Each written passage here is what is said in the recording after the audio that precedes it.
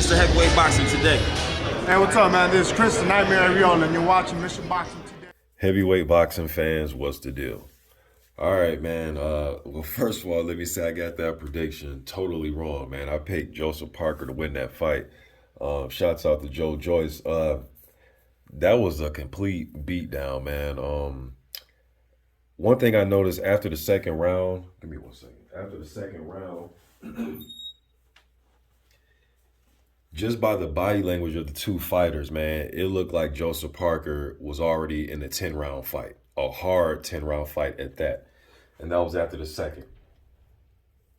Now, we know that Joyce, he loves to bring the pressure, but like a lot of us, including myself, thought that Parker has enough power, enough speed, enough foot movement to where he can move around and buy some time in those moments that Joyce is trying to walk him down and chase him down, and we thought that he can be elusive. That wasn't happening at all. Now, we can say, hey, man, it was probably the extra 255, the extra weight that he put on it when he came in at 255 pounds. I didn't think the weight was a good idea, but really, even if he was about 245 for this fight, just by the looks of it, man, just seeing what I saw, I don't think that would have made much of a difference. Joyce, not only was he putting on the pressure, even when they were at range, even when they were at a distance, Joyce still has the reach advantage, and he's still putting leather on Joseph Parker. And then Parker had moments where it looked like he was almost going to, like he was ready to go almost, like in the third round. I mean, it was early in the fight, the third, fourth round. There was moments like looked like he was ready to go, and then out of nowhere, he'll go from retreating, and then he'll come over with a big overhand right or a big uppercut, big left hook, and Joyce would just eat him and keep coming forward. I don't even think Joyce had a scratch on him. There were a few moments in the fight where the crowd, and I can hear the commentators, get excited when Parker land those big pot shots, and that was it. And immediately after he got hit with those big shots, he was coming back, throwing 3-4 punches of his own to answer Parker back and stay right on top of him again, and not even giving him time to celebrate his work. I mean, you talk about not giving a guy a chance to breathe, man. Now, I know Derek Chisora was trying to apply this type of pressure, but there was moments in the fight where Parker was able to back him up a little bit or, outbox him a little bit, and there'd be, ups and downs in the fight. Whereas with Joyce, man, it's just, I even noticed even after when like certain rounds would start, he'll just jump right. I can't remember the rounds right now because I just got done watching the fight, man. So I have to go back and figure out which rounds it were. But right when the round starts, he's right on top of Joe. No time to breathe, nothing, man. Right up on him with jabs, right hands going to his body. There was even times where Joyce was even moving his own head and moving and making Parker miss. And once I saw that, man, I knew it was a wrap. But just the pressure alone, man, just the constant pressure. Now, usually when we see these type of fighters come along, right, you don't want to be a prisoner of the moment, right? Can he just walk through everybody like this? But I will say this, though, man, the 2 times that he has done it, looking at his resume and the guys he's fought, the Staverns, the Jennings, the Christian Hammers, the 2 guys that I would have said, hey, man, you're going to really have to move your head. I don't know if you're just going to be able to just walk through these guys' big power shots. I would have picked Joseph Parker, and I would have picked Daniel Dubois, just based on what I've seen with those guys in their other fights. And to me, Joyce, his best 2 performances of his career, man, probably those 2 right there. And both guys, credit to Parker tonight, he was landing some good shots, man. There was spots in there where he was pot shotting with not just one shot, but he was putting 2 punches and 3 punches together. Good flurries, good hard flurries that usually 90% of the time will at least back another heavyweight up. At least back him up and make him think about it a little bit. And tonight, it was the complete opposite. It was almost like when Joyce got hit with a good shot, he almost got offended, and he came back with 3-4 punches of his own. I'm talking about putting on relentless pressure. And I almost thought he could have been a little bit nastier in there had he chose to be. Because I was like, man, if he really wanted to just ragdoll Parker around and start throwing him and tossing him and really adding in the over-the-top physicality the way a Tyson Fury would, he could really ragdoll Parker right now. But he was trying to, put legal pressure on him as far as, not grabbing and holding headlock, because I thought he could have done a lot of stuff in there. There were a few times where he was pushing down and putting his weight down. I'm not saying he fought a complete fight where he wasn't doing it, but I thought he could have did a little bit more. But even when the guys would get tangled up, it was always Parker the one getting leaned on, right? Joyce would tie him up, and it was Joyce leaning on him against the ropes. And every time he do it, he just kept sapping Parker's legs, in my opinion.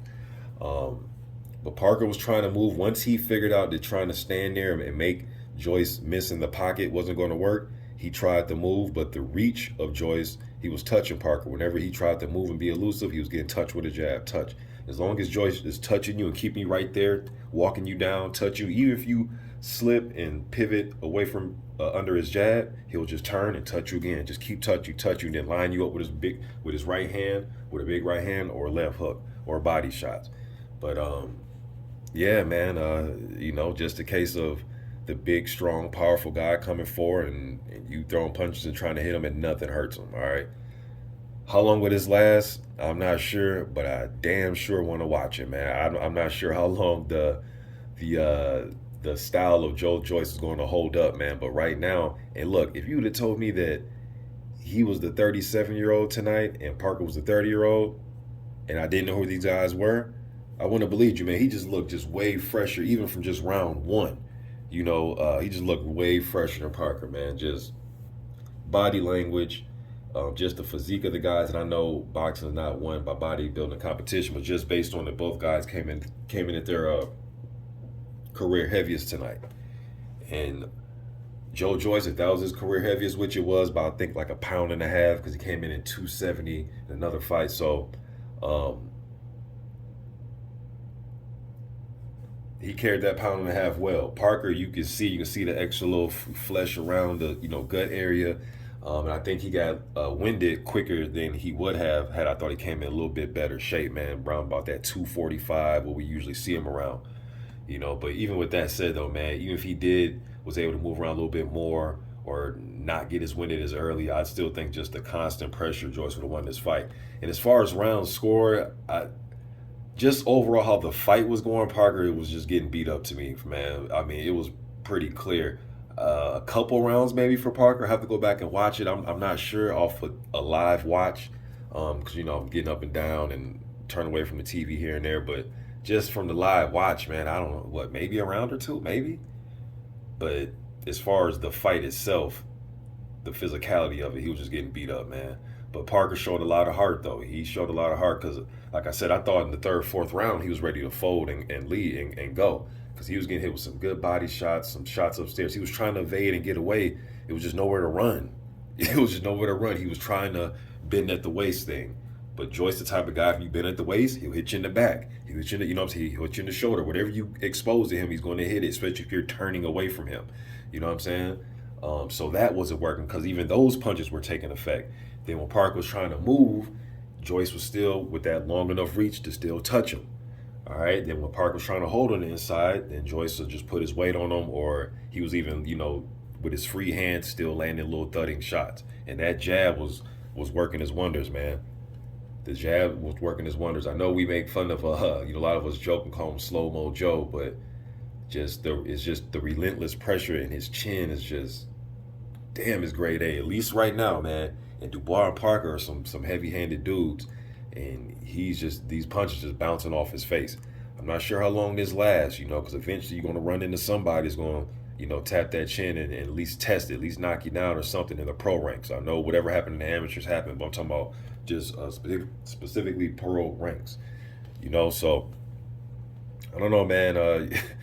As far as where Joe Joyce goes next, who should he fight next? I know he's awarded he won the interim WBO, and from my understanding, if I'm wrong, correct me in the comment section, but from my understanding, once you receive that WBO interim title, you will either become the full champion if that title is somehow vacated by the current champion, or you get a immediate title shot. You're the first one, so you get like first dibs to fight the full champion, who is Usyk at the moment. All right, so one of those two. All right, but in the meantime, in between time, if Usyk is fighting somebody else, or whatever happens with him and Fury, or whatever happens with Usyk, right?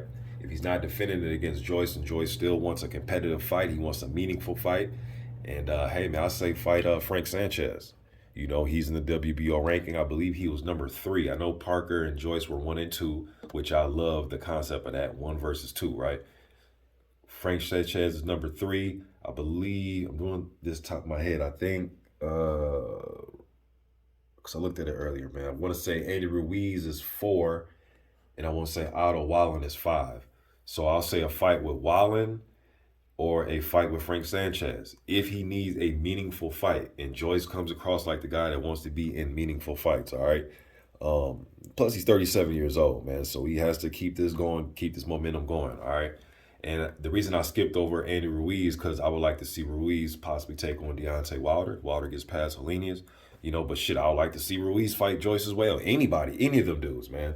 But good fight tonight, man. Totally got this prediction wrong. Joyce looked like a damn monster up in there, man. But again, I don't want to be prisoner of the moment too much, because he is there to be hit. It's not like he's a defensive guy where it's like, man, it's gonna be tough for guys to touch this dude, man. Nah, he's there to be hit.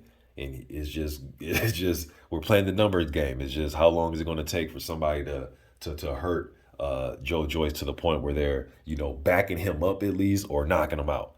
And it may look like he's the type of dude that you might have to just knock out, man. All right. But hey, let me know what you think in the comment section. I'm gone.